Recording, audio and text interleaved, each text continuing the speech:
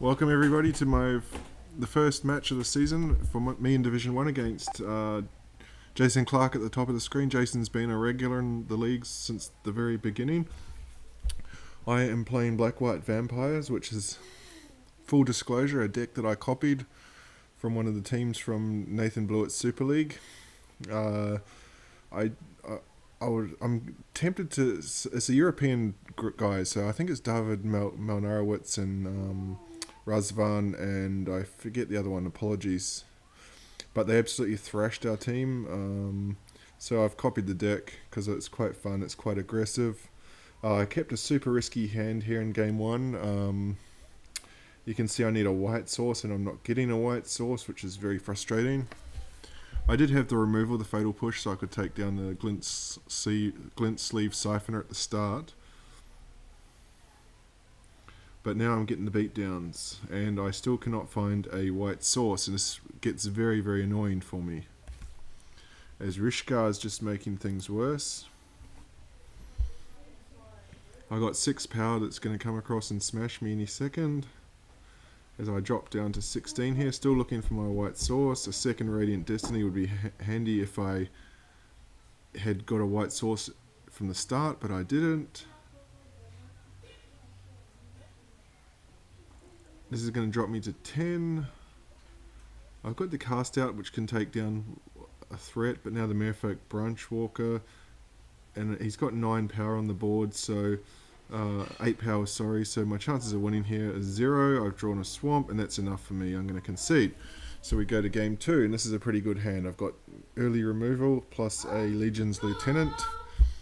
I don't expect the Legion's Lieutenant to last very long. He's on green-black Constrictor, so he's probably got Fatal Push, but I do get a bit of luck here, and we'll see. Blooming Marsh. I'm just hanging out for the Fatal Push here, and there it is.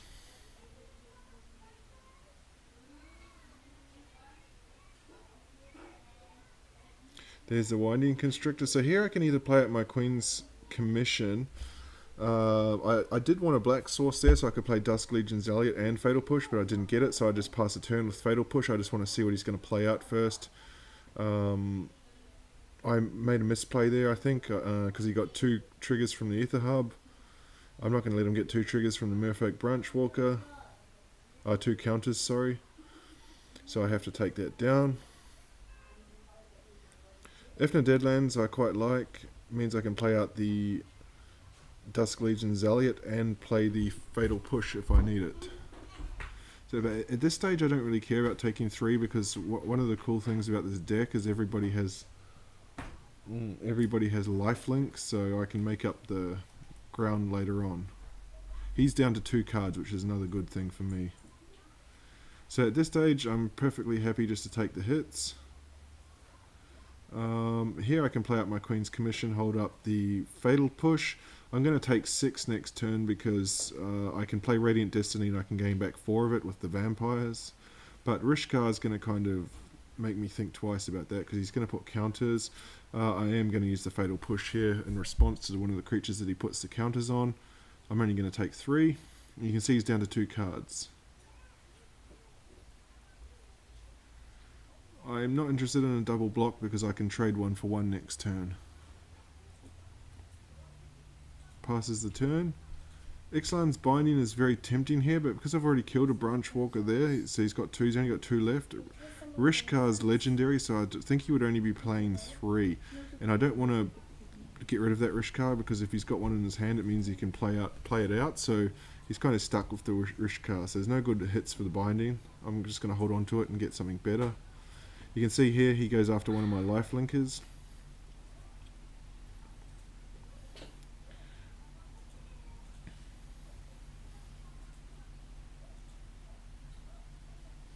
Walking Ballista is kind of an interesting one here, because he's going to play it with 2 counters on it. So he can use it to take down one of my threats. So what I'm going to do here is just trade 1 for 1. So if he wants to use the Ballista, he's going to be left with a solitary creature.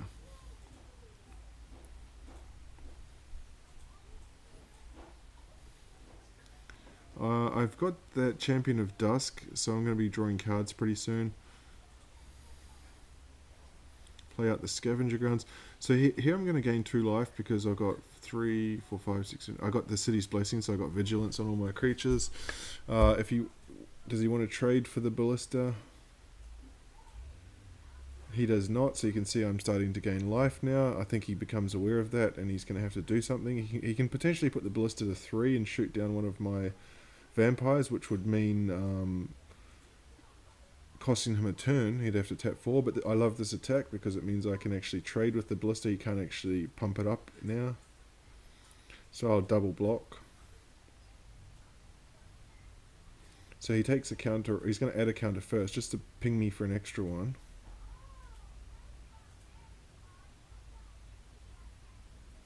So he'll drop me to 10, but I'm going to then trade my life linker, so I'm going to go back up to 9. And now, because I've got the City's Blessing, I can start to go to work. I can hit him with the life linker. He's out of cards, so I think I've got this one at this stage. I want to get to 3 attackers so that I can transform the Legion's Landing, and then it's pretty much over. I play out the Champion of Dusk to get the 3 cards drawn. You can see most of them are crap. There's a Champion of Dusk in there. 7's a pretty healthy life total. I'm thinking about ballistas here, but he can't actually kill me with a ballista because he can only play it for 3, and I'm going to be gaining life. Nothing good from going with the Rishkar. So here I'm just going to sacrifice my life linker because I can flip the Legion's Landing and make infinite life linkers. And I've drawn one, of course, so I can just play out another one. And this is actually a 2-turn clock. He's got 1 card in hand, so if it's not removal, I think I'm pretty safe. So I'm going to play out the Legion's Landing here. I can actually use the Danto to make another one, if I wished. And so I'm going to pass a turn. He needs to be able to get either a blocker or a removal spell. He doesn't, so we're going to game 3. Cannot keep that hand with no lands.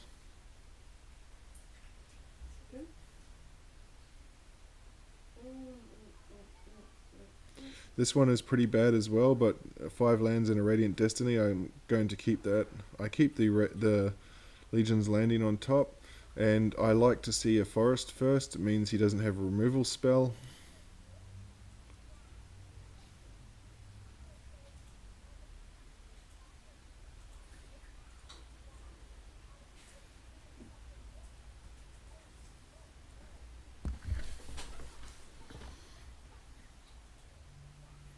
So he's going to second forest. It means he's got no black sources and he's only got 4 cards in hand. So at this stage, I'm pretty comfortable with keeping that 5 land and Radiant Destiny. He might be interested in trading here. This is a life linker. Particularly now, this is going to force a trade if he wants to make the trade. He's got to sack the Ballista in response, which he does. So now I've got a Legion's Landing on the board against... Legion's Lieutenant on the board against no black sources. Theirs is black as we speak. So Fatal Push is still an option. Glintsleeve Siphoner here is not going to be able to stop my Legion's Lieutenant, and I've drawn the removal spell, but I'm just going to pump it up here so that the Lieutenant can push damage.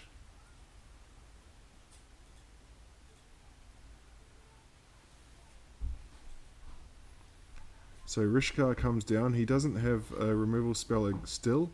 I'm guessing Rishkar was the draw for the turn. I'm hoping for a Queen's Commission here so that I can Fatal Push and Queen's Commission on the same with the same mana. Let's see if I can get it, and I do. I've got 8 token generators in this deck, so the chances of drawing one were pretty high. Now, I Fatal Push here is a bit of a mistake. He's got the Blossoming Defense, so he protects the Glintsleeve Siphoner. I probably should have just done that in his upkeep. I'm not sure why I did that, to be honest. So now I can flip the Legion's Landing next turn.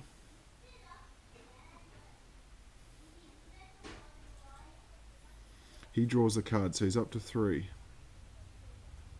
He's kind of under pressure here to have a removal spell to get rid of one of my creatures, and I think that's why he swings both at this stage, trying to bait me into giving one up.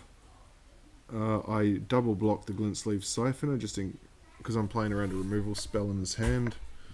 I'm at this stage I'm thinking of the long game, so I don't need to flip the Legion's Landing next turn. I've still got 7 more token generators in my deck, so I've got plenty of ways to put blockers on the board. I'm surprised he passed the turn there with 4 mana open and 2 cards in hand. I don't know what he's got in his hand. So at 16 here, it's a very attractive option to use the Chef Net Dunes, but I don't do that because I want to get the City's Blessing. You can see I'm at 9. He's going to Fatal Push now.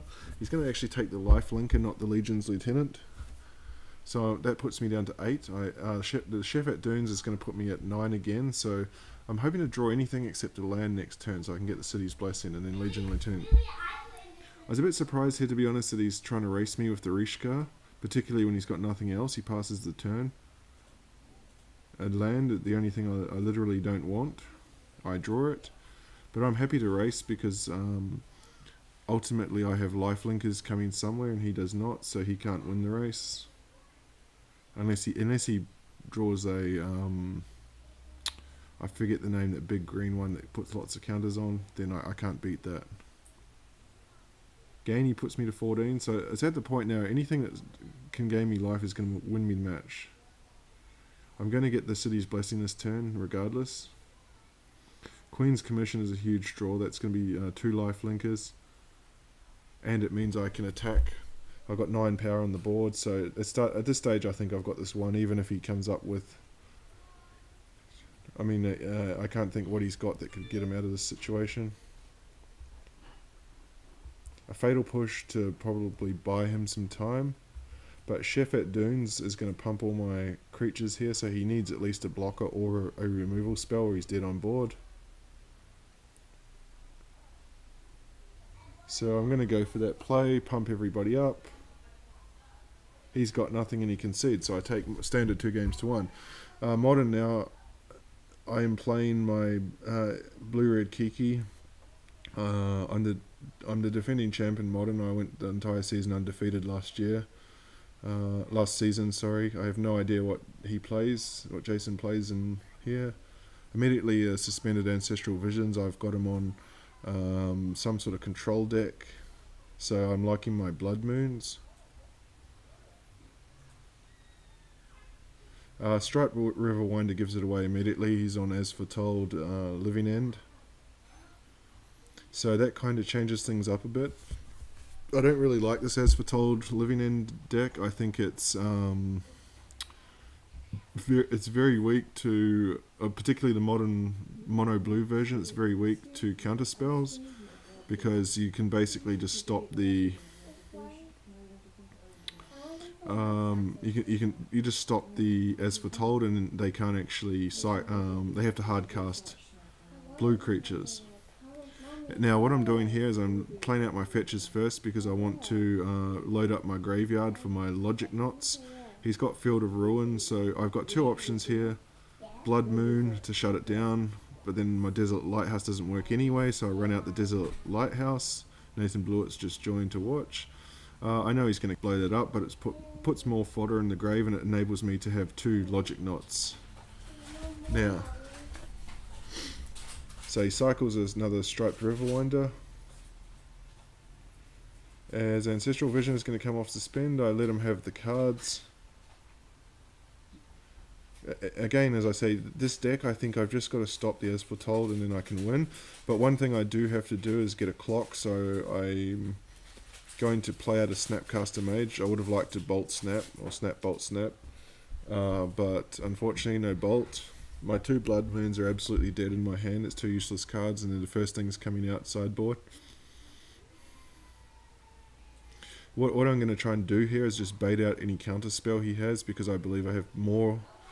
I can win a counter war with 2 Logic Knots in hand. I'm not going to fight over anything except an As Foretold, so I'll just run out a Snapcaster. It's a super slow clock, but it's a clock. And the other problem is because I've got the Kiki combo. If he's mono blue, he's probably got tools to disrupt my combo. So if I go for the combo and I don't get it, then in response on his next turn, he can Esper Told and I'll be dead. I play the steam vents out. I shock myself because my life total doesn't matter. If Esper Told resolves, I just die.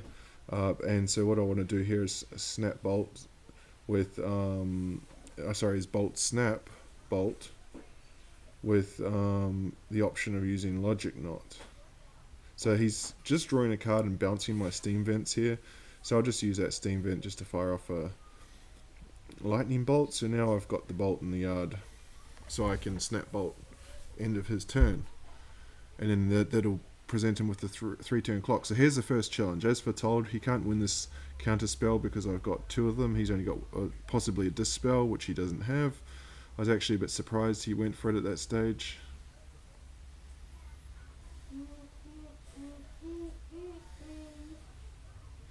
But I think the problem for him as well is that because I play at instant speed on his end step, he can't really... I think he's hoping to use the cryptic commands to tap down lands that would enable me to counter, but I just don't do that. So there's a steam vent untapped again. Snapcaster gets in.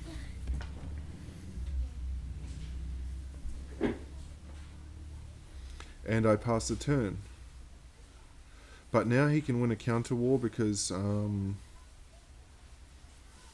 this stage he can't actually win the counter war because I would Deceiver Exarch tap down a land before I cast my counter spell. I'm going to fire off the second lightning bolt here.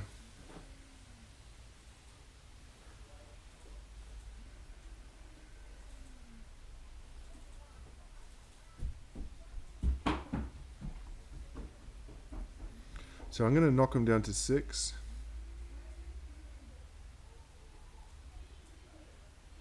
And he actually comes up with a big play here that's going to swing this match. He's going to go for the... He's going to go for the bounce my land, draw a card again. So this means that I cannot Exarch and Logic Knot. So if he plays As Foretold, which he does, and he's got a counter spell, I'm dead.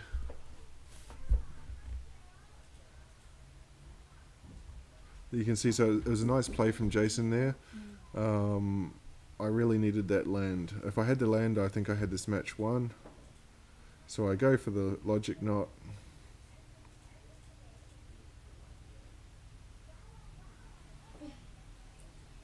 He remands it, and he's going to get the win in game 1.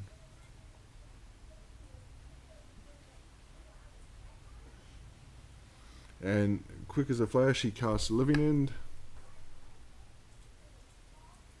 And the only hope I have here is to win with the combo, but I'm 2 red sources away from it, so I can play out my steam vents.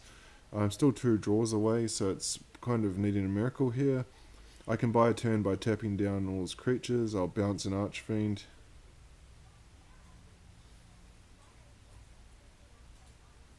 But he counters, and that's enough, so we're on to game 2. You can see one of my sideboard cards, Relic of Progenitus. I've kept a 1 lander here, but that's purely because I've got an Opt and a Serum Vision, so I can fix my draw. And also because he's mono blue, I don't know how he can beat a Relic of Progenitus other than to bounce it with Cryptic Command.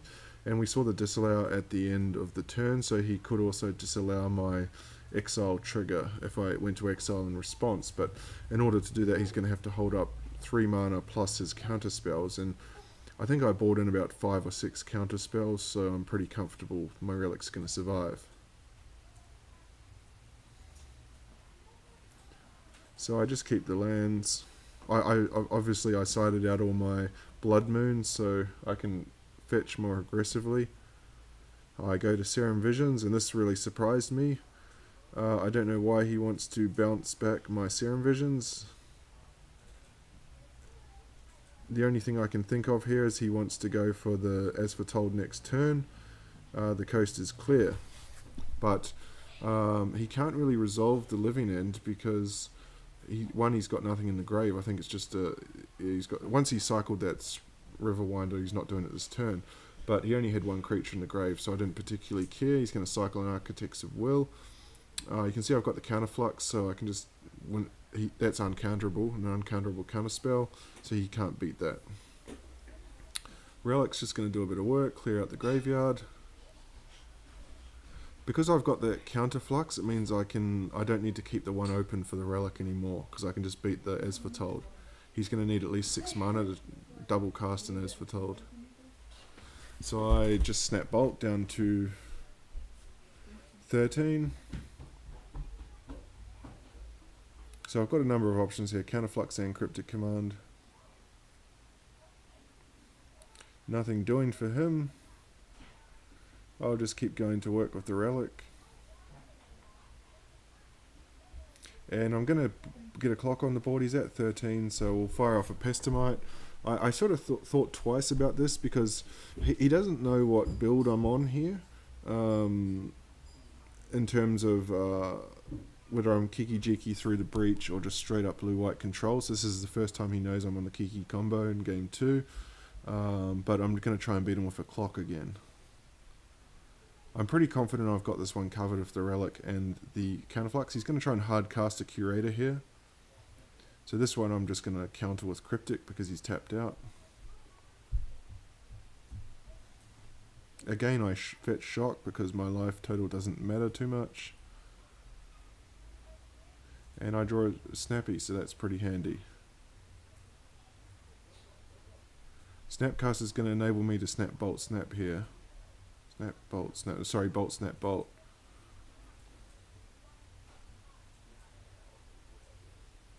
He is at 9, so that's probably going to force some sort of action from him. I'm going to use the Snapcaster on the bolt that's in the grave already.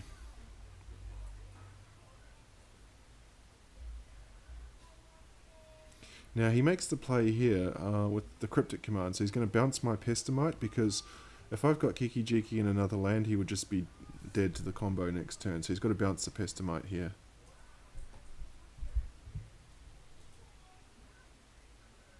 But I can fire off the second Lightning Bolt into turn, put him to 6. Snapcaster will put him to 4 on the swing, as Relic keeps working on that graveyard. Now, I bought Ether Spouts in from the sideboard. I know he's got counter spells, but it's one option if he doesn't. So he's down to 4. He knows about my Pestamite, obviously. He's going to draw a ton of cards here. I've got Counterflux. I'm not interested in countering anything except for an As Foretold. He plays his 5th land, so he can't actually play out 2 As Foretolds for the turn. Plays a Striped Riverwinder.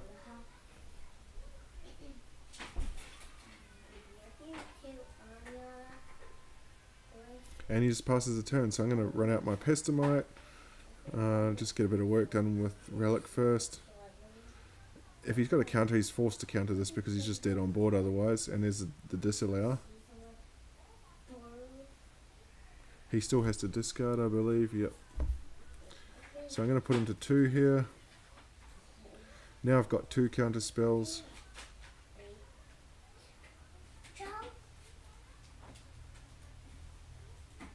He goes to 2, so he's going to have to top deck something.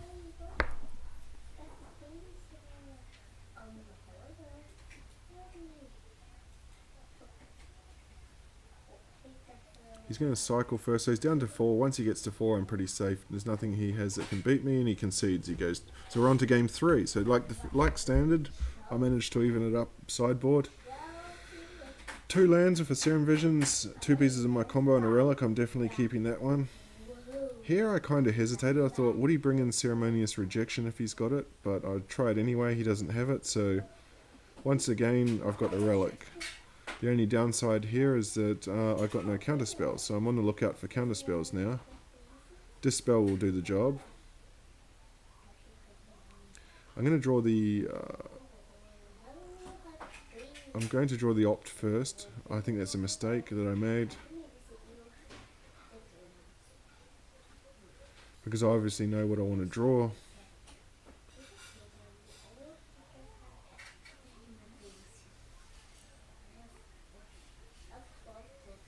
So he's got 4 mana up.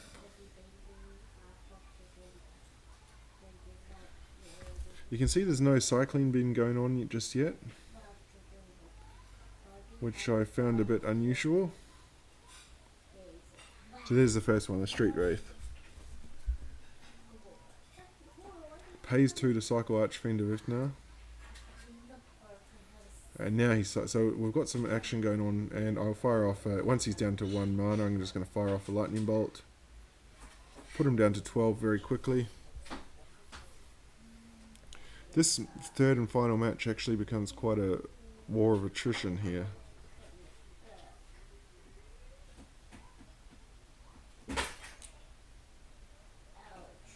Because I don't really have a counterspell, I've only got Dispel. Dispel will cover a cryptic command that wants to bounce my relic, but I have to keep one open in order to bounce the bounce whatever it is he's going to play. Oh, sorry, I need to keep one open to activate relic and exile the graveyards. This one kind of throws me a bit. He's hardcast a Curator of Mysteries, which is going to be a problem because I don't have anything in my deck that can actually get rid of that card.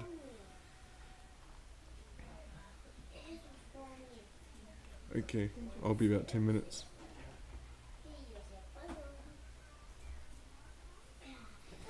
So you can see I've got the combo now, so he's at risk of just dying. If I can get another land, I can protect the combo with my Dispel. But I've got 4 turns, which is still plenty. I'm at this stage, I'm thinking how I want to use a Deceiver Exarch, because I can actually tap down the Curator of Mysteries to buy myself a turn. But I'm going to just fire it off here and see what he's got. He remands it back, so I don't want to fight over this, because if he's got a hard counter, then I'm screwed, so I just let it resolve. Here's a Serum Vision, so I'm on the lookout at this stage for a land to help me protect the Kiki combo. And this was an overly aggressive play, I thought, countering that Serum Visions. But I just pass the turn because I want to keep up Dispel and Deceiver Exarch.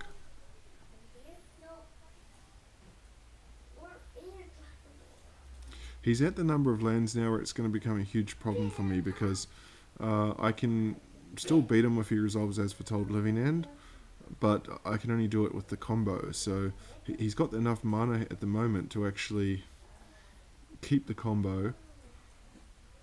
There's a third remand, so I'm pretty confident he doesn't have any more. I'd be pretty unlucky if he does.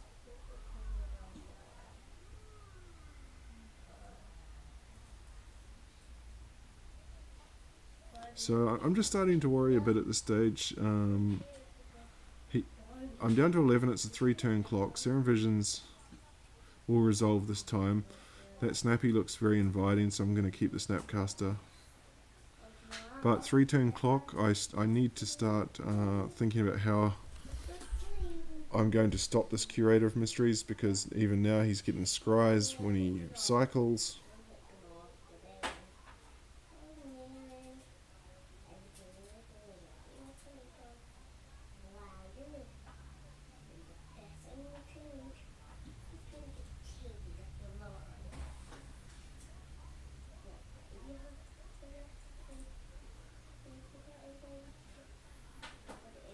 So here's one of my first situations. I've got 2 Deceiver Exarchs, but unfortunately I've got a tapped land. So it would have been a no-brainer to fire one off to tap down. So here, end of turn, I fire one off. Tap down a land. He still has 2 open though. I mean, when I say 2, he's got 6 open, so he could have 2 counter spells. He's got 6 in hand. I think I probably get bored at the stage, so I go for the combo. With Dispel backup, there's the first one, so he needs to have 2.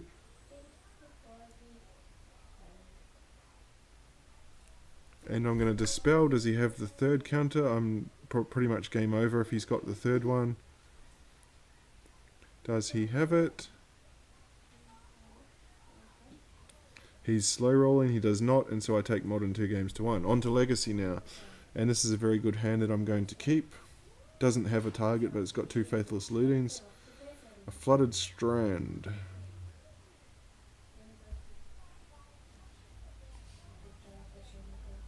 So immediately I'm picking Force of Wills.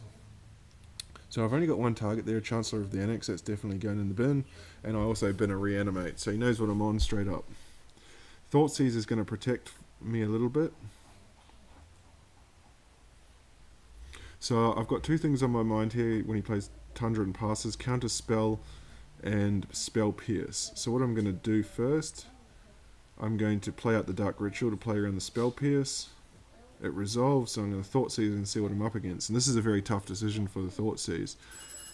You can see the 4 blue cards. He's got 2 Force of Will, so it's a very strong hand. And a Swords to Plowshares. So I ultimately take the Swords to Plowshares because I don't have a shrouded threat that can be protected from it. And you can see I've got 2 reanimation spells, and I've got a Faithless Looting to find something. So if he wants to stop my reanimation this turn, he's going to lose 4 blue cards. So here's Reanimate. I pay 1. So he Force of Will. Right. He Force of Will exiles Jace, so I've got 1 blue card out of his hand. And so I'm going to go, I fully expect this one to also be countered. And he Force of Wills exiles True Name Nemesis, I believe it was. Yes, True Name Nemesis. So he's left with a single Snapcaster Mage in hand. I have nothing, but I have a Faithless Looting and I have a target in the graveyard. So my Faithless Looting now, I'm looking for a reanimation spell. Exhume will do the job. But now I start to get greedy. He's only got a Snapcaster. Can I wait a turn and play? And so I decide, yes I can. I discard the land, I play Entomb. I play it now because I know he's got no counter spells, and I put Grizzlebrand in the graveyard. Now I cross my fingers and hope that he doesn't play... it doesn't get one, he doesn't. He's got Jite, so the coast is clear. Straight up Exhume.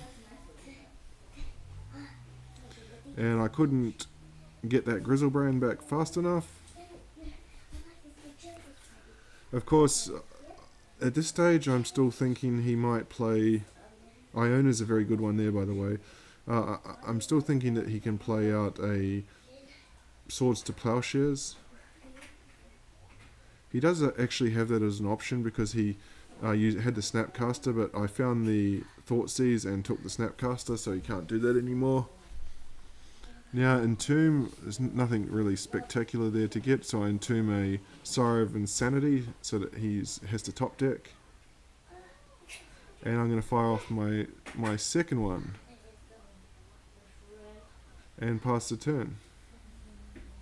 Down to 6, I haven't seen rarities on Esper colours, so I'm pretty safe. He concedes and we go to game 2. Again, I like this hand. I can strip his hand early. I can Entomb, and this is actually a turn 1 kill that I have here. And he passes with just a Swamp, which I could not believe. So now I'm going to unmask, pitching the Thoughtseize, and you can see there, I do not understand why he didn't play the Tundra first to at least hold up Swords to Plowshares. So I can take the Force of Will, which I do because he doesn't have the blue source to even brainstorm for a target. So now I can go Dark Ritual and Entomb Exhume, the classic Reanimator combo line. One option here is to go Iona and name blue, but then I'd be back to square one if he draws the red one. So I'm going to just Exhume here, get my Grizzlebrand so I can draw some cards. I bring in Serenity from the sideboard. You can see I drew a ton of lands. I'm looking for a Faithless Looting here, desperate for a Faithless Looting. So I'm going to unmask and take that Swords to Plowshares. I'm still at 13, so I'm going to pass the turn. He doesn't have anything going on, so there's an Entomb. I'm just going to swing first just to buff my life total.